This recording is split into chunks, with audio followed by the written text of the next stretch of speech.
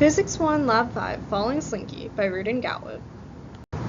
Today we'll be going through the introduction, the video analysis, physics concepts and calculations, the slinky simulation, and finally the conclusion.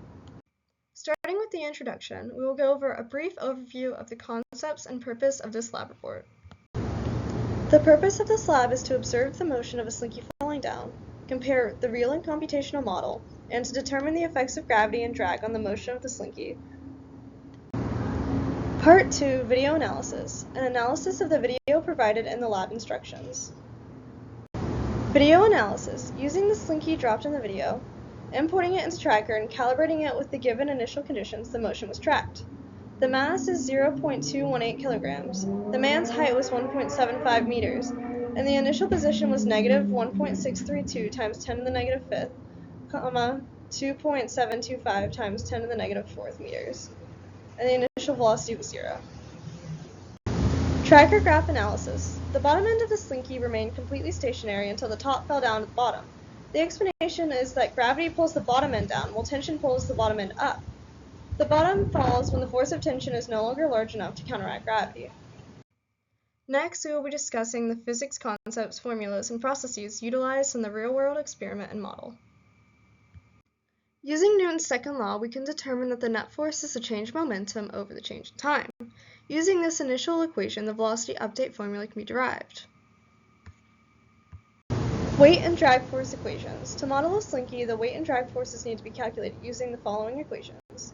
W equals negative mg j hat, and drag force equals negative b v squared j hat.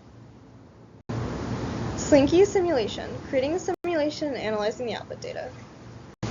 Initial model conditions. The only initial conditions that we need to find for the slinky simulation is the mass of the object, the initial position, and the initial velocity, and the drag force proportionality constant. Computational model first while loop. First, we had to implement the time on the bottom of the slinky is constant, and include the gravitational force, the slinky/tension force, and velocity update and position update formulas. For the computational model second while loop, we had to implement the time until the slinky reaches the ground, the gravitational force, the drag force, and the new velocity update formula.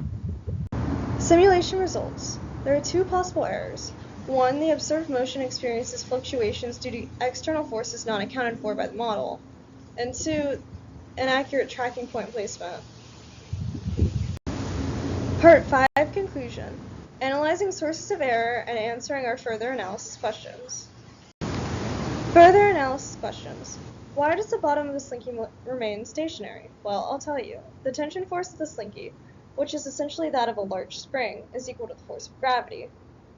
The bottom of the slinky is in static equilibrium because the two forces are equal and opposite to each other. Next, what if we put a large weight on the bottom? Would this slinky still remain stationary? As long as the slinky is large enough, or has a large enough spring constant to counteract the weight, so that tension still equals gravity, the weight will remain stationary until the top of the spring reaches it, and tension is no longer equal to gravity. Thank you for tuning in to Lab 5. That is the last of this semester. Thank you so much.